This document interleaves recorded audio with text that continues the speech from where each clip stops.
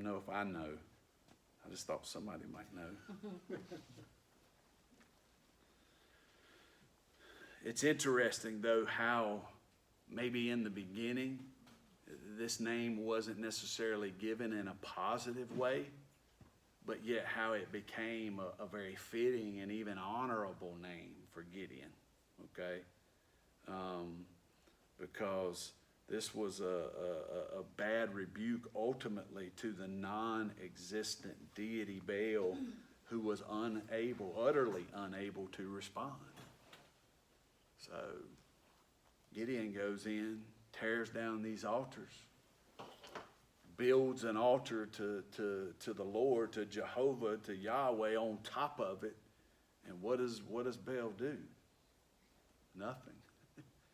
He does nothing. So, the name actually kind of becomes really an honorable name for Gideon. I wonder, though, he got this name in light of something that he did, right? He was given this name for something that he did. So I wonder, and this might sound like a weird question, but I was just kind of thinking,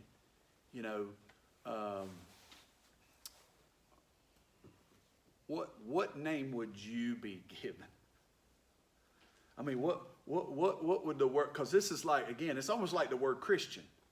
It wasn't like the church got together and had a little meeting, and then through the democratic process decided, hey, y'all, we're gonna vote today to call ourselves Christians. They didn't do that. It was the world on the outside that gave them that name, which ultimately means little Christ. They're like, good night. We had one Jesus, now we got little Jesuses everywhere. So they didn't give themselves that name. Gideon didn't give himself this name. So I'm just kind of trying to think along the lines of what names is the world giving us as we go out here and stand for Christ and walk with Christ and speak for Christ. And I mean, how is the world viewing us? Because I guess the thought in my mind is, that tells a lot about where we're at spiritually. Like, we can't hide behind that, because if the world just looks at us and sees us just like everybody else in the world,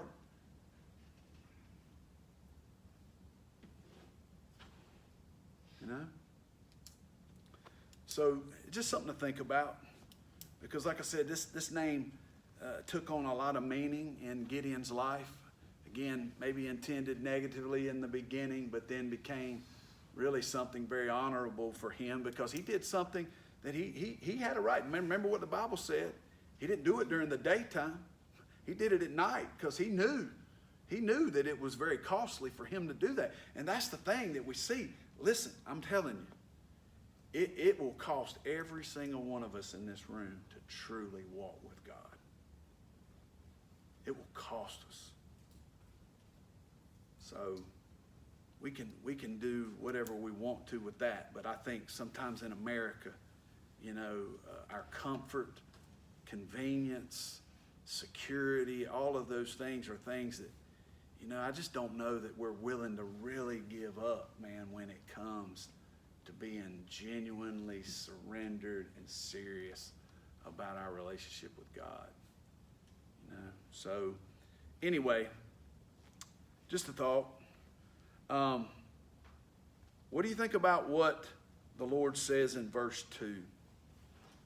And the Lord said to Gideon, the people who are with you are too many for me to give the Midianites into their hands. What hits you about that? I guess he didn't want it to look like it was an even fight. He wanted them to know who was in charge, or whose fight it was. He wanted all the glory. 22,000 people walk away, and he goes with 300. I mean, now it's done got ridiculous. Yeah, I mean, that was going to be tough before. But before, okay, if this is 32,000 tough guys, I can see that. But now God's done put them in a situation that's like, they're 450 to 1. That's it. But God said this, y'all. He said this to Gideon. He said this to the man that's threshing wheat in the wine press. Why is he doing that? He's scared that the Midianites are going to come steal it. He's saying that to him.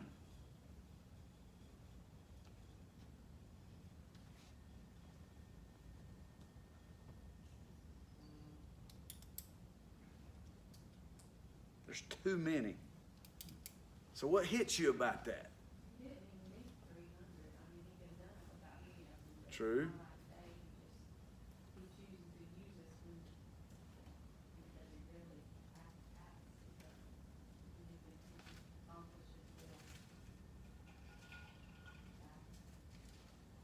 So those 300 people weren't seeking the glory either, but, I mean, that, it was pretty impressive to be one of those 300 out, afterwards.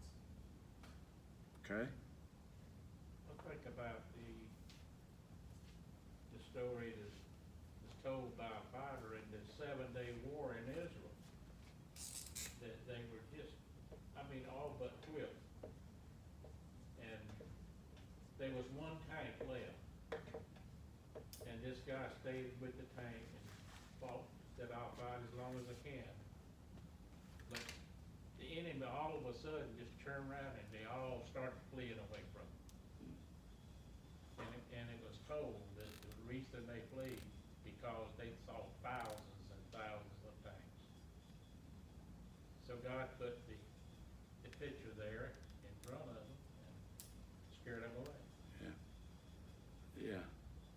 It's a great story. We looked at the film of the 7-day war with Roger Bennett thing one time and we're talking about that. Yeah. And he did the same thing at the Jericho wall. It didn't take many. They didn't have to beat the wall down. They just marched around. So whatever God tells you, he tells you the facts, the truth. I think if you've read through the Bible, you realize that this happens quite a bit with God. Yeah. Because I can't ever imagine a human being saying this, right? I can't even fathom a human saying to an army of 32,000 going against an army of 130,000 plus saying you've got too many.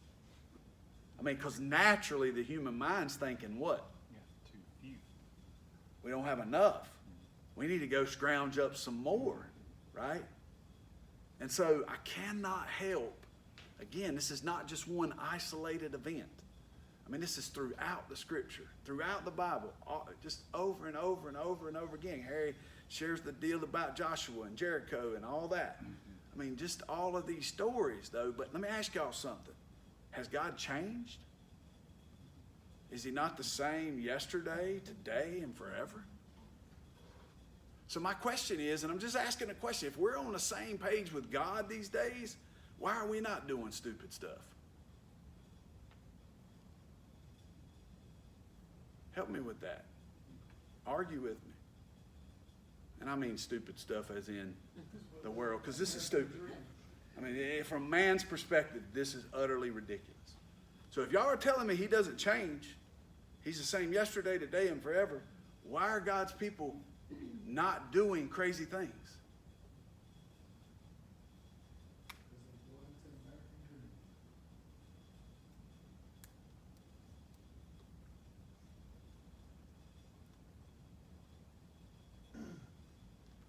What's your thoughts?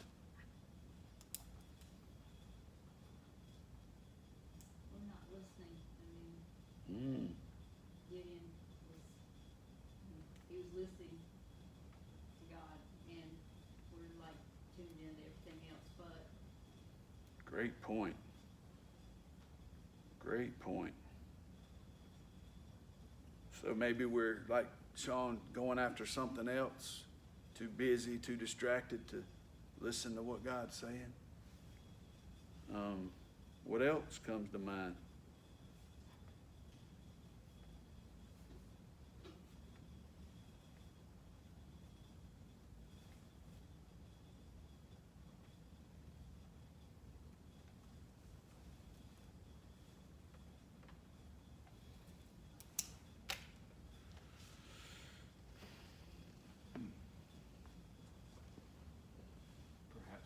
a lot like the 22,000. Scared when we go back to the house. Yeah. Maybe people are hearing, but what if they don't like what they're hearing? And what if because we want to apply human reason to it, we want to say it don't make sense. It can't be God. So you see why it's so important that we be in the Word, reading the Word, studying the Word, and learning about God. It's just like in Isaiah 55, he tells us, hey, my ways are not your ways. My thoughts are not your thoughts. Faith is, I mean, it comes down to all these stories are built around the faith of the individual and that faith brings a miracle and that faith is built through time and relation through the Word, one way. And I can't help but just think, though, that how many people, like, okay, God's doing his work, but how many people are disqualifying themselves due to things like fear? I mean, how many people are disqualifying, just missing out right now because they're afraid? They're afraid to trust God. Or maybe, like I said, maybe they do hear what God's saying. You know, I mean, even when it comes to just the simple Great Commission we have, for a lot of people, it don't make sense to talk about Jesus in our society. You know, because we got this mindset, well, people don't want to listen to it anyway. You know, or this or that, or I mean, just a lot of different excuses. And I think sometimes, you know, there's a lot of other things that we fear. But you know, when I think about this again, I told you it's just always interesting when you read, and the Lord said, okay, what's God getting ready to say? And what I think's interesting about this is that, you know, Gideon was really struggling before, asking for signs here and there. But now, all of a sudden, God says you got too many. He doesn't ask for a sign on this. Wonder why he doesn't ask for a sign. I mean, or record, hey, God, all I got is 32,000. I mean, we're already a few enough. Like, it doesn't record any of that. But I think if for a guy like this, surely this would be a moment to ask for another sign. Like, all right, Lord, I'll tell them to go home if they're afraid. But, man, you're going to have to do something else to show me, you know, that you're gonna do this. And God ultimately does that later on. And it's funny that he asked him, he says, if you're afraid, take Purah down there with you and go to the camp. Well, what does Gideon do? He goes to the camp. Well, why wasn't he in that first 22,000? There's let me keep reading here for a second. Look at verse 3. Well, what was, again, verse 2, it's clear what God's up to. I mean, he wants to put Gideon in a situation of like utter impossibility. I mean, he wants to like put him in a situation so overwhelming, but yet the only thing that he can do is trust God. Now, who wants to sign up for that tonight? I mean, who in here is willing to say, I'm going to give up all control, and God, I want to be the first one in that spot that's so overwhelming, and it's so big, and it's so great, that if you don't do it, it ain't going to happen. I'm signing up. Anybody ready? When we send around the pad of paper and do it? Because why? We like to be in control. We don't like to be uncomfortable, man. This is uncomfortable. We like to know this, that, and what's going to happen. We like to be able to do it. But, man, I'm telling you, God is so clear. He doesn't want the children of Israel to claim glory for anything, because that's not what he created them for. He created them to be a people who would do what? Give him the glory. That they would be lights to the nations. Lights to point the nations to him, so they'd stop worshiping gods that don't exist.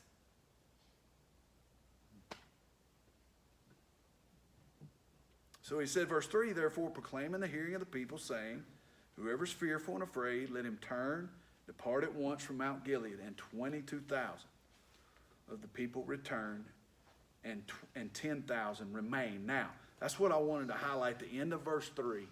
One of the things I always do is I read a lot of different translations. So I'll read a passage, if I don't understand it, I'll read it in another translation, I'll read it in another, till things, get clarified with what's being said. So I found it interesting that it said in one translation, and 22,000 of the people returned, but 10,000 were willing. I just found it interesting that they used the word that you had some that were willing, that there was a willingness. Almost as if it was almost as if what I was reading was that these people who were totally consumed with fear were gone.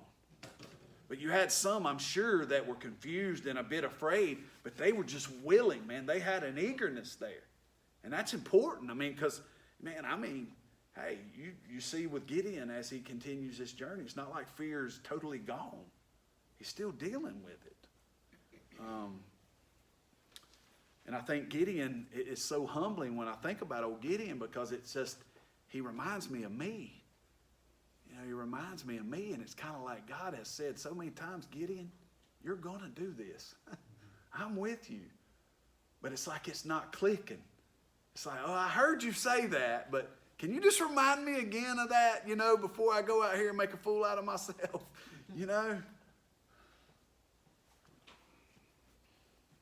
So if that's not enough, then verse 4, the Lord speaks again. And then here's what he says. So he says there's too many, but then he says this, which is crazy. There's what? There's still too many.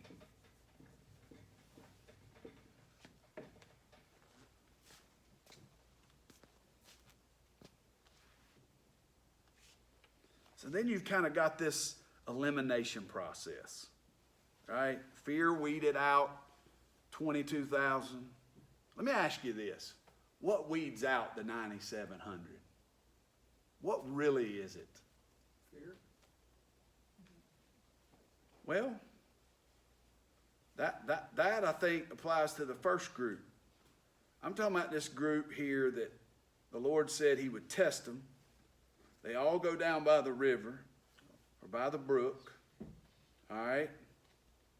And so you basically got 9,700 who drank one way and 300 who drank another way. Just matters. What do you mean by that? Just the way people were brought up, So, but I guess what I'm asking, why were the 9,700 disqualified?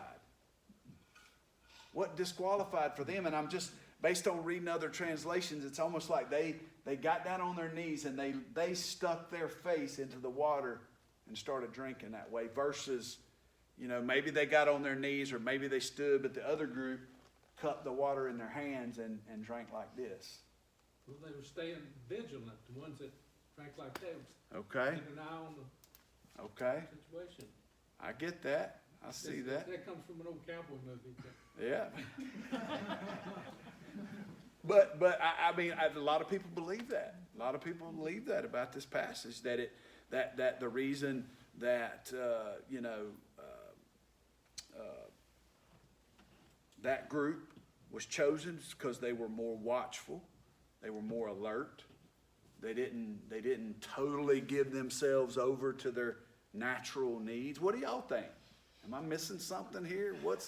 Because I really don't have anything other than that. What do you think? God sovereignty, he already knew he made him, he created us, he knew the outcome before he ever put forth so ultimately it was him.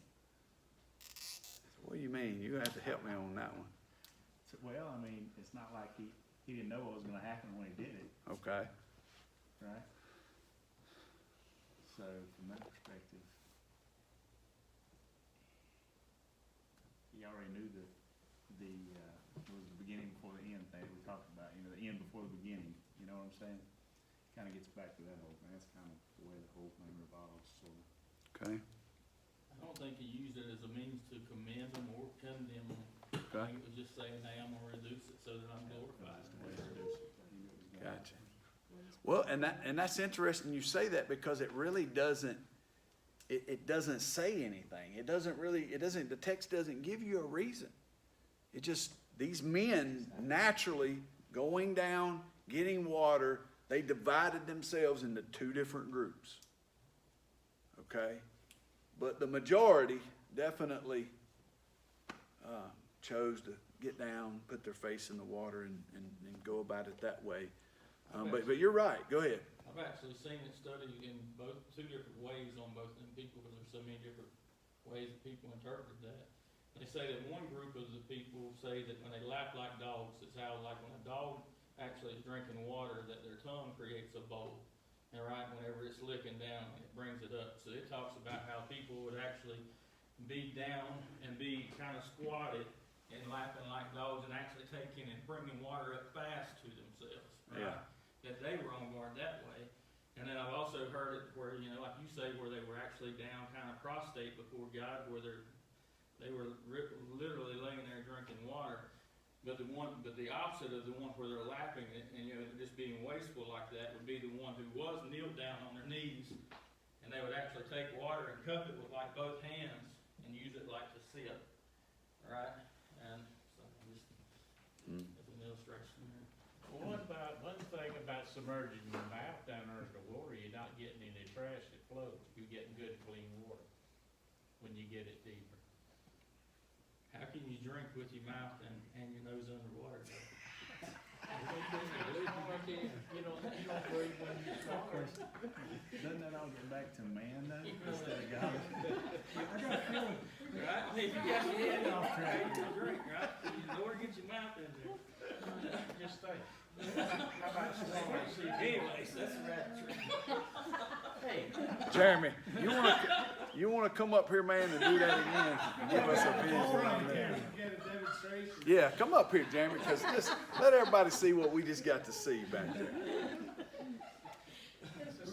Perhaps the 9700 When you swallow, you don't breathe. Your breath stops.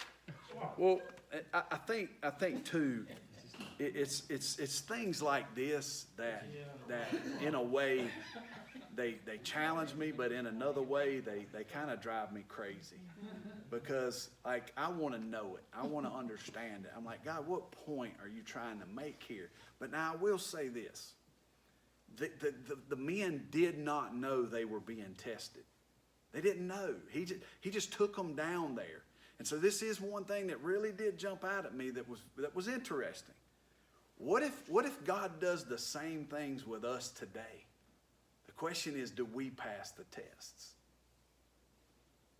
I mean, what if we're in situations constantly where God's testing us without us knowing? I don't mean testing us as in, like, not James says he doesn't tempt us. He doesn't put you in a situation and put sin in front of you and say, I'm going to really see if you love me. God doesn't do that, because he says he doesn't do that in James chapter 1. God does not tempt man.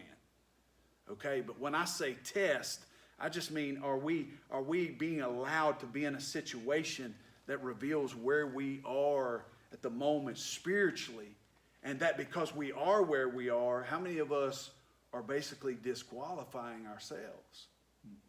I mean, because that's what's happening here. I mean, we know, like April said, I mean, he doesn't even need 300.